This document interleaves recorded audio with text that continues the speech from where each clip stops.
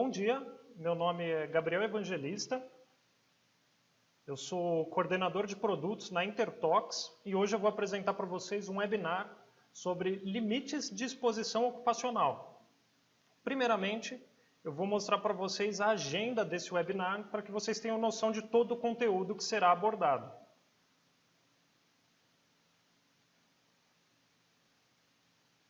Eu vou fazer uma introdução à empresa, à Intertox, depois uma introdução aos limites de exposição ocupacional, então o que são os limites de exposição ocupacional e um pouco da história de como eles surgiram, quais são os principais tipos de limites, quais são as principais agências que divulgam limites de exposição ocupacional e onde vocês podem consultar esses valores, como ocorre a aplicação regulatória no Brasil, como a informação é exibida na FISPIC, e no final eu vou fazer um bloco de dúvidas, onde eu vou responder algumas dúvidas que vocês já podem ir enviando. A gente tem uma equipe de suporte aqui que vai selecionar algumas dúvidas, e as que não forem respondidas agora, nós responderemos por e-mail em até 20 dias.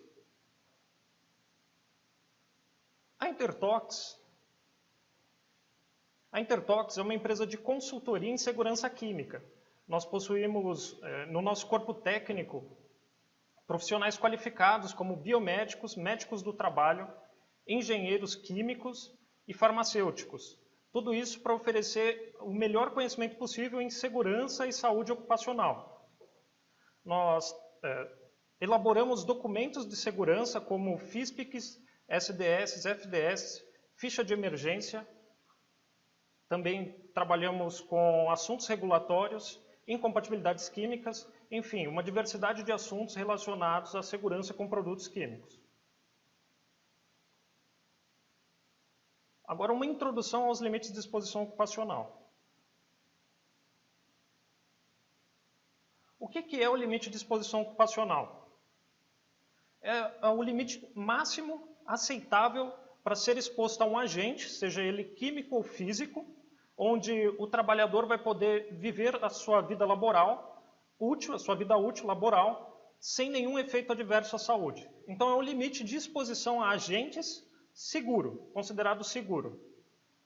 Existe limite para agentes físicos, como frio, calor, ruído, vibrações, e também exposição a agentes químicos, onde vai ocorrer pela aspiração desse agente químico ou exposição à pele, por exemplo.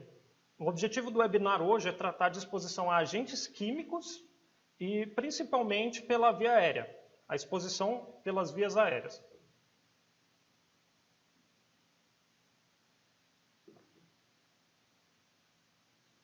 Vou passar um pouco da história para contextualizar como esses valores surgiram e a importância que eles foram ganhando ao longo dos anos.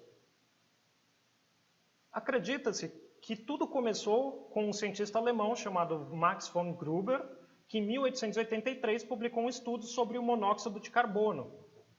Ele estabeleceu que o limite da ação prejudicial do monóxido de carbono está em uma concentração com toda a probabilidade de 500 partes por milhão, mas certamente não menos de 200 partes por milhão. Ele estabeleceu então uma faixa grande como um limite seguro para a exposição ao monóxido de carbono. Ele não tinha as melhores ferramentas, mas foi um grande passo para a evolução do estabelecimento desses limites considerados seguros. Em 1886, Carl Lehmann, um outro cientista alemão, começou a compilar dados de exposição ocupacional, construindo ao longo de sua carreira, ao longo de 50 anos, um verdadeiro banco de dados de limites de exposição ocupacional. E é considerado a origem científica dos padrões modernos de exposição no local de trabalho. Em 1921, a primeira agência regulatória com enfoque em saúde ocupacional, a US Bureau of Mines, publicou um artigo técnico com 33 substâncias comuns no ambiente de trabalho, ou seja, no ambiente de trabalho de mineradoras, extração de minérios e atividades correlatas. Então, 33 substâncias em 1921. Em 1945, um cientista americano chamado Warren Cook publicou uma compilação de dados de limites de exposição ocupacional. Warren Cook é considerado até hoje como um grande higienista industrial, um dos pais da higiene industrial. Em 1946, no ano seguinte, a ACGIH, através de um subcomitê com enfoque em substâncias químicas, publicou a tabela de concentrações máximas permitidas. Então, era uma tabela que já expunha os limites de exposição a agentes químicos considerados seguros. A ACGH foi a primeira agência com enfoque em promover a uniformidade do pensamento e ação no que diz relação à exposição a agentes químicos. E o Warren Cook, curiosamente, integrou esse subcomitê de substâncias químicas. Então, agora, quais são os principais tipos de exposição ocupacional? Nós temos o TWA, ou média ponderada por tempo, que é a média da exposição em 8 horas por dia, 40 horas por semana. Então, essa média é expressa em ppm, ou partes por milhão, ou miligramas por metro cúbico. Então, se um funcionário ele é exposto acima do TWA por um curto período de tempo, desde que a média da exposição em 40 horas não ultrapasse o TWA, em pontos específicos ele pode ultrapassar esse limite sem riscos adversos à sua saúde. Contudo, a média tem de ficar abaixo desse TWA. Nós temos o STL, o limite de exposição a curto prazo, que é a média da exposição também, só que em vez de considerar 40 horas, consideramos apenas 15 minutos. Então, é uma média de uma exposição curta. Normalmente, o STL é um valor maior que o TWA e ele não pode ser excedido mais de 4 vezes no dia. E mesmo que o STL seja atendido, ele não vai proteger contra o TWA, caso ele seja excedido. Ou seja, se eu tiver várias exposições curtas dentro dos limites estabelecidos pelo STL, se a média ponderada de toda a exposição ficar acima do valor TWA, o trabalhador ainda vai ser exposto a riscos adversos. Então, tanto o STL quanto o TWA têm de ser obedecidos para uma exposição segura. E temos também o ceiling, que é a concentração que não pode ser excedida durante nenhuma parte da exposição do trabalhador. Então, é o teto, o limite máximo, e qualquer valor de exposição acima do ceiling é considerado de alto risco.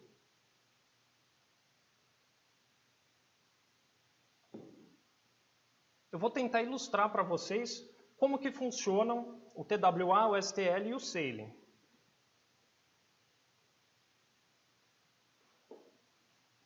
Então eu vou construir um gráfico de exposição aqui, com um eixo vertical. O eixo vertical eu vou considerar como exposição.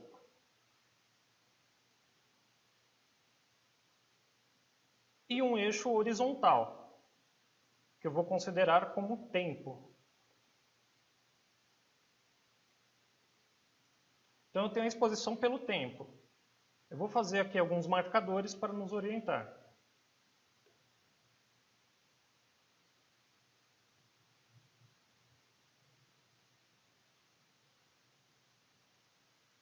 Certo? Vamos considerar este limite como o nosso TWA, a nossa média ponderada pelo tempo.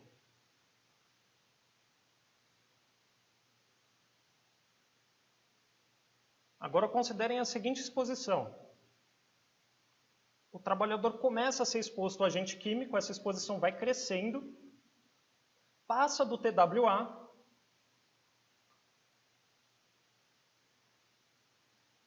vamos considerar que a exposição permanece um pouco acima do TWA e depois ela decresce rapidamente. Então, imaginem um trabalhador aplicando uma tinta numa parede ou numa área produtiva exposto a resinas, a vapores, e essa exposição está sendo medida com enfoque em um único agente químico. Então a exposição começa a crescer, passa do limite estabelecido pelo TWA, permanece um pouco acima dele, depois decresce rapidamente.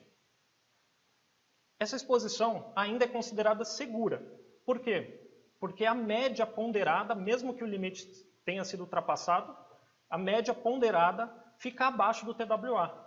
Se eu fosse traçar uma reta considerando a média da exposição, ela seria aqui embaixo. Então, é uma exposição considerada segura. Vamos considerar agora uma outra linha, limite, que vai ser o nosso STL, ou um limite de exposição a curto prazo.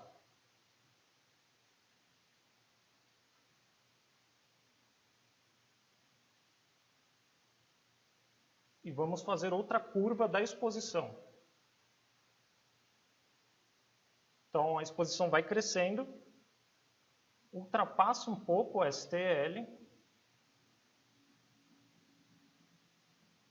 permanece e decresce rapidamente.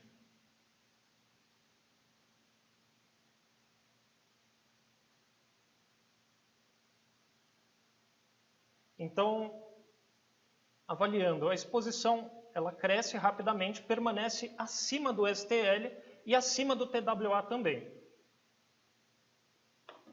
Vamos considerar que a exposição permaneceu acima do valor estabelecido pelo STL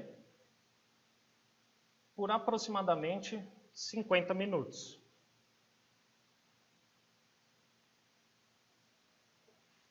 Mesmo que a média ponderada fique abaixo do STL, ou até mesmo abaixo do TWA, como houve uma exposição de curto prazo acima do STL por mais de 15 minutos, isso não é considerado seguro. O limite de exposição considerado seguro foi ultrapassado. Agora, se em vez de 50 minutos eu tivesse aqui uma exposição de 10 minutos, se esse intervalo entre o início do limite STL e o final ocorresse em 10 minutos, isso, pensando no limite STL, seria aceitável, desde que não acontecesse mais de 4 vezes no dia. Agora, se a média ponderada dessa exposição ficasse acima do TWA, mesmo que o STL fosse atendido, o trabalhador ainda estaria acima do limite TWA, ou seja, exposto a riscos adversos. Então, tanto o TWA quanto o STL precisam ser obedecidos para uma exposição segura. Vamos fazer mais um limite aqui. E esse vai ser o nosso ceiling, o nosso teto. Esse é o limite que não pode ser ultrapassado em nenhum momento da exposição do funcionário. Então, vamos considerar a seguinte curva.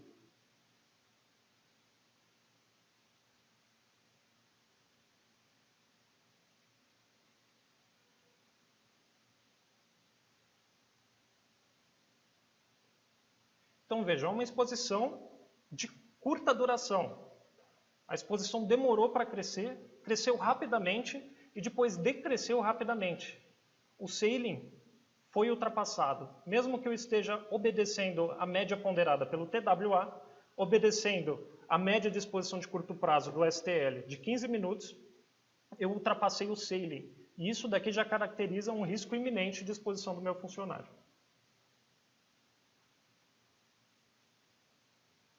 Então, espero que tenha ficado claro para vocês a diferença entre TWA, STL e ceiling. Outro tipo de exposição é o BEI, o Índice de Exposição Biológica. Diferente das exposições que eu mostrei até agora, esse tipo de limite de exposição ele é medido após a exposição do funcionário. Então, ele é um índice do quanto o funcionário, o trabalhador, foi exposto. Ele é feito através de um monitoramento biológico. Então, eu vou colher uma amostra biológica desse trabalhador, por exemplo, sangue ou urina, e vou medir o quanto daquela substância ou de algum metabólito daquela substância está presente no sangue ou na urina desse trabalhador. Isso vai me dar um índice do quanto ele foi exposto.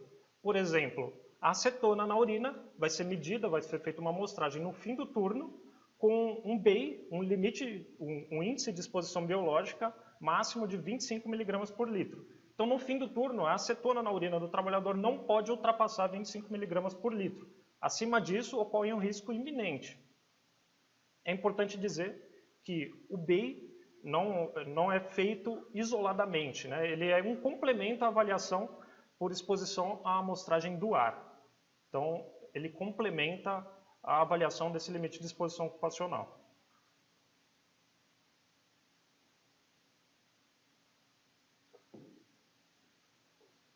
Como é feita a avaliação ambiental? Como que você avalia o ambiente para afirmar que o ambiente está dentro dos limites de exposição ocupacional? Primeiramente, ocorre uma amostragem do ar. Existem equipamentos específicos que amostram o ar, você determina um volume de ar de acordo com o método que está sendo utilizado. Então, esse equipamento colhe o ar, passa esse ar por um filtro, uma membrana, algo que vai reter as impurezas que estão no ar.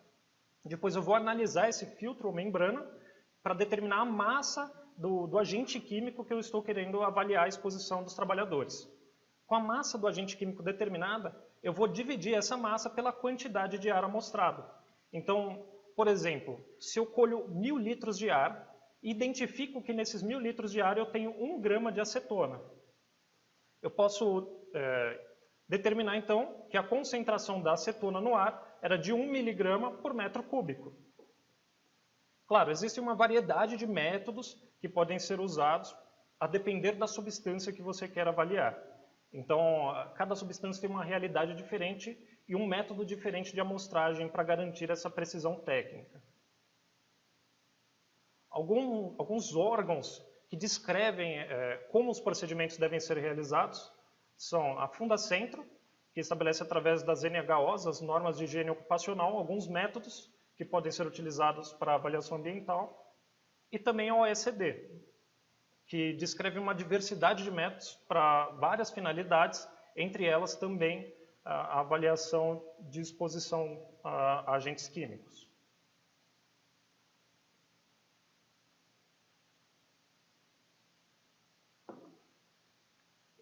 Como que ocorre, então, a aplicação regulatória disso tudo no Brasil? Ocorre através das normas regulamentadoras, que são normas descritas pelo Ministério do Trabalho e estabelecem que todas as empresas públicas ou privadas devem seguir essas normas com o objetivo de manter a saúde, a segurança e o bem-estar dos trabalhadores. O nosso enfoque, o início de tudo, é na NR9, que é o Programa de Prevenção de Riscos Ambientais, o PPRA. Essa norma descreve que toda empresa deve ter um programa de prevenção de riscos ambientais. Então, deve ocorrer uma avaliação do ambiente profissional para garantir que os trabalhadores não estão expostos a riscos excessivos e que esses riscos sejam controlados. A NR9 indica para outras NRs que também devem ser seguidas como um complemento do Programa de Prevenção de Riscos Ambientais. Um exemplo é a NR7, que trata do Programa de Controle Médico de Saúde Ocupacional, o PCMSO. E o que é o PCMSO? É um programa mesmo, onde todas as empresas devem manter um controle médico de saúde dos seus trabalhadores. E isso envolve, por exemplo, o exame admissional, o exame demissional, entre eles o exame de índice biológico de exposição, o BEI, como eu tinha comentado. Então, existe um índice biológico de exposição que não pode ser ultrapassado, e esse índice é medido através de urina, de sangue, tá? De material biológico colhido desses trabalhadores. Então, a NR7 estabelece uma lista ali com diversos limites. Eu vou mostrar para vocês.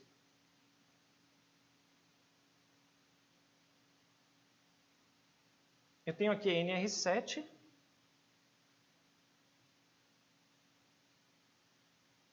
E aqui embaixo eu tenho os parâmetros, deixa eu dar um zoom.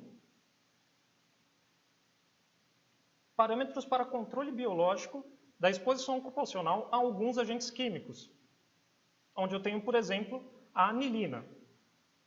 Então, se o meu trabalhador for exposto à anilina, o indicador biológico vai ser através do paraminofenol, que vai ser colhido na urina ou no sangue. O valor de referência de até 2%, e o índice biológico máximo permitido é de 50 mg por grama de creatina, ou seja, 5%. Se esse limite for ultrapassado, o trabalhador vai ter de ser afastado até que esse índice retorne a dentro do valor de referência, retorne ao valor aceitável. E o ambiente de trabalho também tenha sido preparado para que ele possa voltar a trabalhar com esse agente químico sem ter esse índice biológico ultrapassado novamente, mantendo assim a segurança do trabalhador.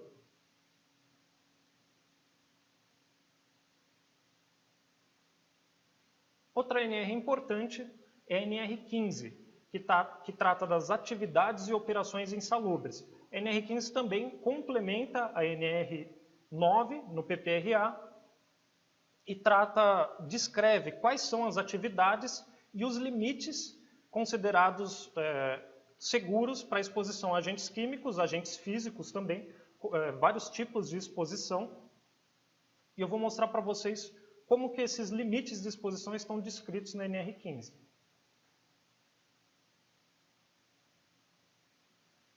Então aqui eu tenho o anexo 11 dela e tenho a tabela de limites de tolerância.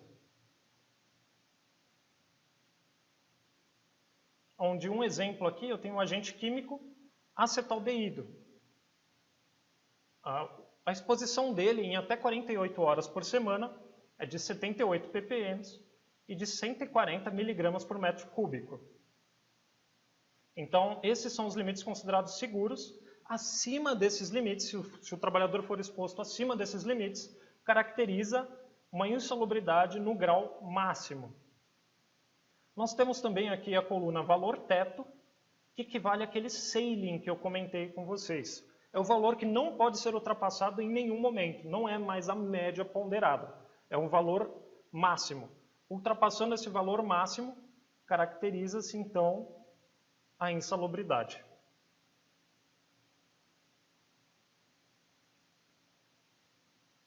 Opa.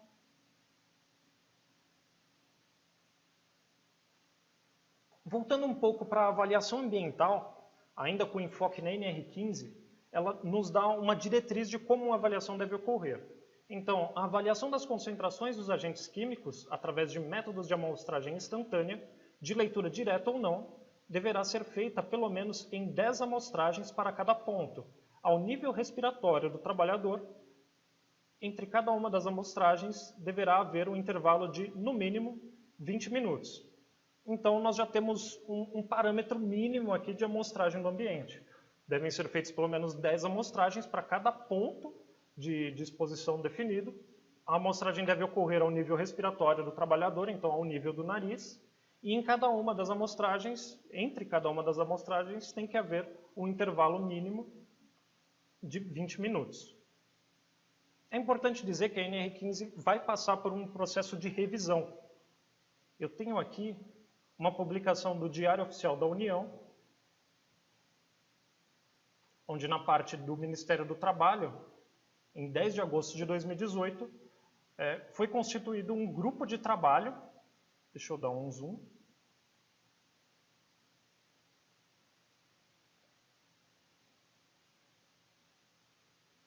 Então foi constituído um grupo de trabalho no âmbito do Ministério do Trabalho com o objetivo de estudar o tema e apresentar proposta de alteração em relação às disposições previstas nos anexos que tratam de agentes químicos na norma regulamentadora número 15. E aqui abaixo estão designados alguns membros desse grupo que vai revisar a NR15.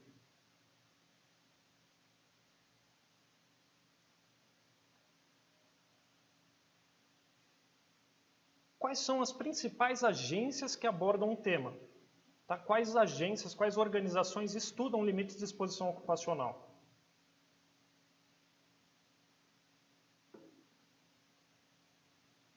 Eu tenho a ACGIH, a Conferência Americana de Higienistas Industriais Governamentais.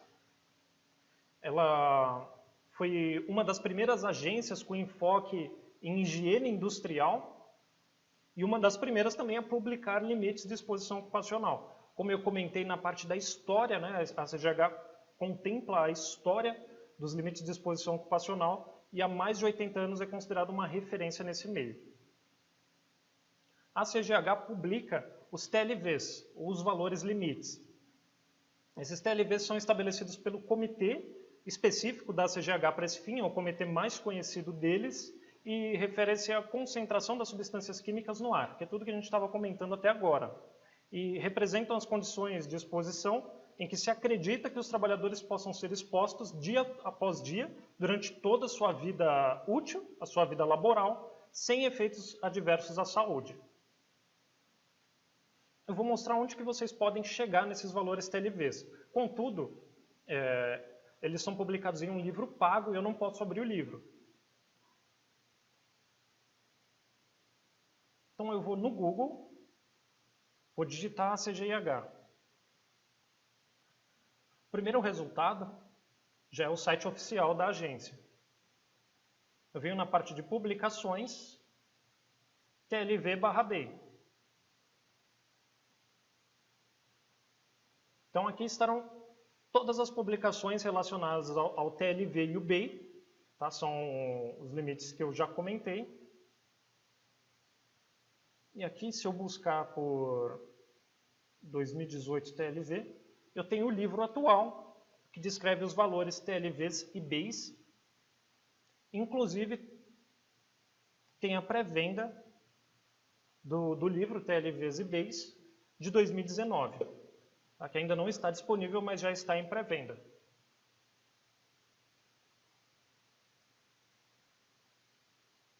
Eu tenho aqui também a OSHA, Administração de Saúde e Segurança Ocupacional, que é uma agência americana fundada em 1970, com base na Lei de Saúde e Segurança Ocupacional, e com enfoque de garantir, de assegurar a saúde do trabalhador no ambiente de trabalho. Entre diversas atividades, uma delas foi publicar uma tabela de limites que foram impostos por lei para que todas as empresas sigam e os trabalhadores trabalhem em condições adequadas de segurança. Esses valores são conhecidos como PELs, ou limites de exposição permitidos, e foram definidos junto com a criação da OSHA, em 1970. É importante dizer que esses valores são considerados desatualizados. A própria OSHA descreve em seu site que eles são desatualizados. Eu vou mostrar para vocês. Então vamos ao Google novamente, vamos digitar OSHA. O primeiro site é o site oficial da OSHA. Deixa eu mudar a minha câmera para o outro lado. Então aqui eu tenho o índice do site de A a Z, vou clicar nele. Vamos procurar no índice do site por ocupacional. Eu tenho aqui muitos resultados. Vamos procurar por exposição. Ó, então aqui eu já tenho Permissible Exposure Limits, os PELs. Então aqui no site da OSHA, nós temos essas tabelas aqui no menu lateral. Clicando nelas, eu vou ter acesso então aos valores definidos pela OSHA e alguns outros na mesma tabela. Então, por exemplo, para o acetaldeído, eu tenho esse CAS, esse limite de exposição em ppm, 200 ppm e 360 mg por metros cúbicos. Esse é o PL da OSHA. E a OSHA também descreve outros limites de outras agências. Então, temos a OSHA da Califórnia, que divulga os valores independentes. Então, em 8 horas, uma exposição de 8 horas, não temos um valor aqui, temos o C, que significa saline. Então, para o acetaldeído temos um saline de 25 ppm. No ácido acético, o valor de baixo, nós já temos um TWA de 10 ppm, que seriam essas 8 horas TWA, 10 ppm. Temos o STEL, a exposição de curto prazo, de 15 ppm, um pouco acima do TWA. Vocês lembram daquele gráfico que eu montei? E o sailing um pouco mais acima também, 40 ppm. Então, ilustra bem aquele exemplo do gráfico. Um TWA de 10 ppm, um STL de 15 e um sailing de 40. Isso é descrito pela OSHA da Califórnia. Também temos a NIOSH, que é um instituto que eu vou falar na sequência, e a ACGH. Tudo isso está dentro de uma tabela divulgada pela OSHA. Por quê? Aqui nessa página eles explicam que os valores não estão atualizados e descrevem aqui esses outros valores como pontos de consulta, embora não estejam obrigados por lei.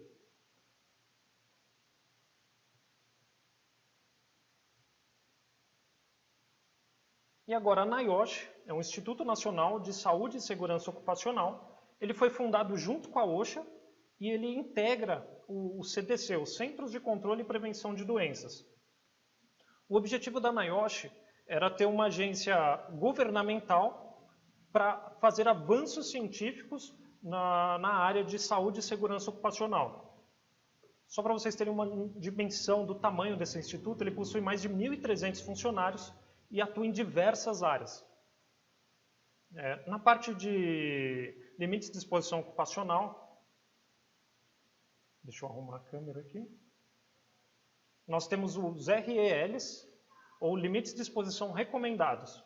São parecidos com os valores divulgados pela ACGH, são recomendações, limites recomendados, que são considerados seguros para vários períodos de trabalho. E o diferencial da NIOSH é que, junto com os limites de exposição ocupacional, divulgam-se também os níveis de exposição onde podem haver riscos residuais. Então, o que são riscos residuais? Primeiramente, é importante explicar o que são riscos iminentes, para depois deixar claro que são riscos residuais. Então, riscos iminentes são riscos que acontecem antes de se aplicar controles. Então, por exemplo, antes de você ter um EPI, antes de você ter procedimentos de segurança, antes de ter EPCs, você tem o risco iminente. Quando você coloca os EPIs, coloca os EPCs e os procedimentos de segurança, sobram os riscos residuais. São os riscos que persistem mesmo quando você está implementando controles. Então, a NIOSH tem esse diferencial de apresentar também esses riscos. Vamos ver como a gente chega na lista da NIOSH. Então, vou abrir aqui o Google novamente. Vou procurar NIOSH. E o primeiro valor já é o CDC. Como eu comentei, a NIOSH integra o CDC. Vou vir aqui na parte de publicações e produtos. Tem o Key Publications e o The NIOSH Pocket Guide. Ele está disponível para download gratuitamente em PDF.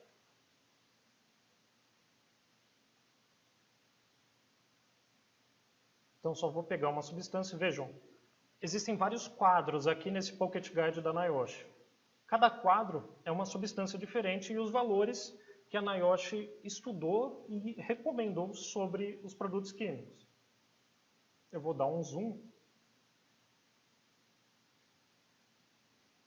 E aqui, para o butyl acrylate, nós temos o REL, né, a exposição recomendada, de TWA de 10 ppm, ou 55 mg por metros cúbicos. Então, mais um ponto de consulta legal aí para limites de exposição ocupacional.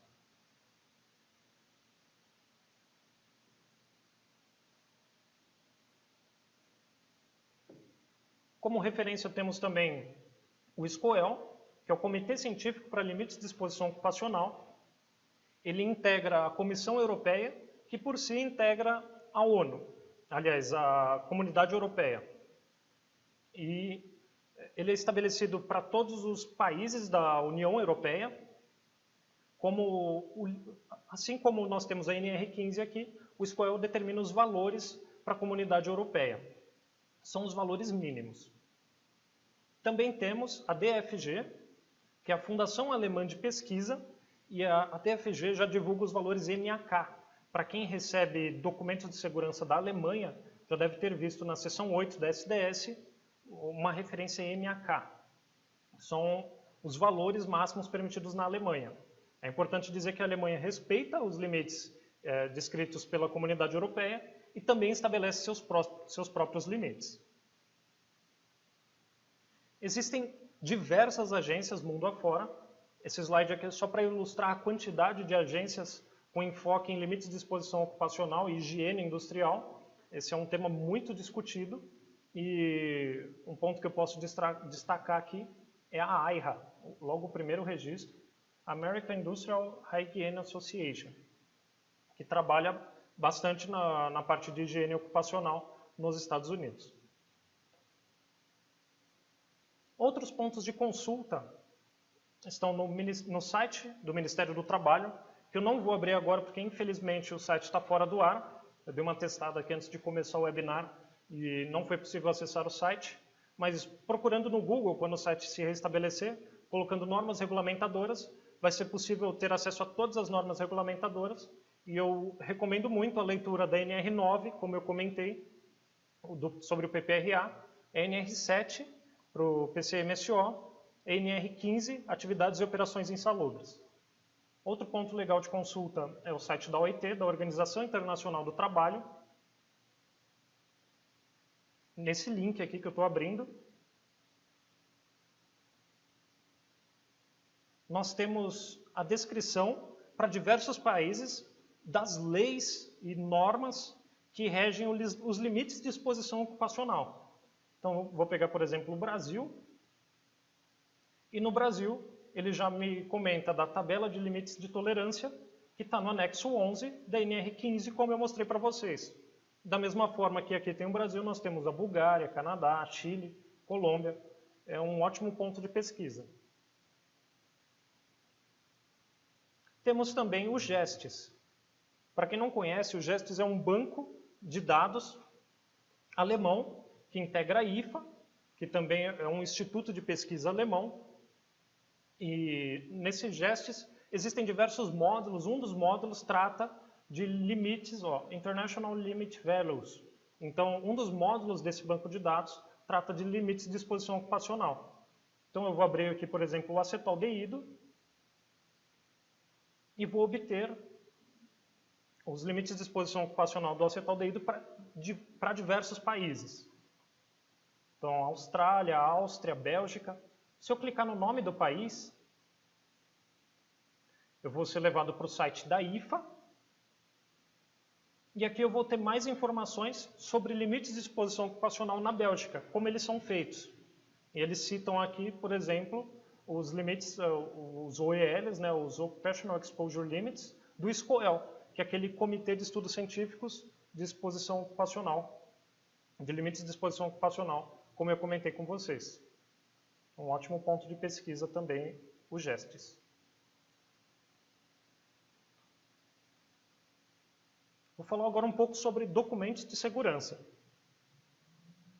Então, a minha imagem aqui cortou um pouco do título.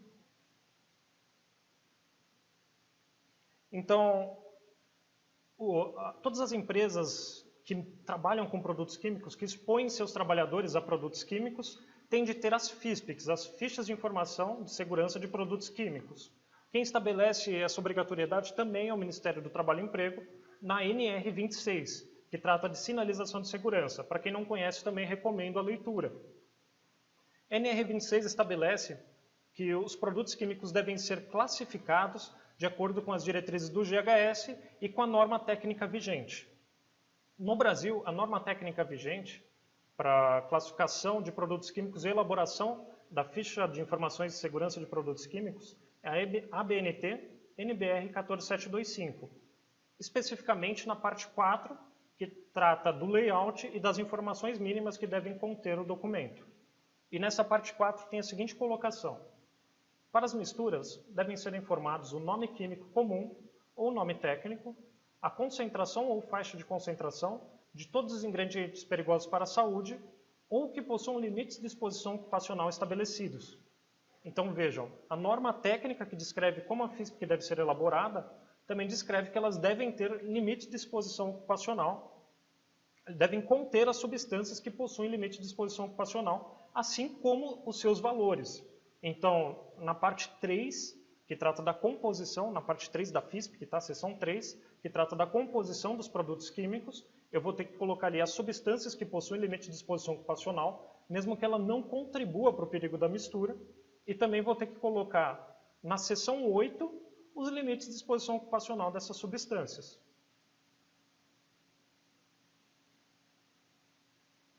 Aqui é um exemplo de como aparecem os limites de exposição ocupacional na FISPIC.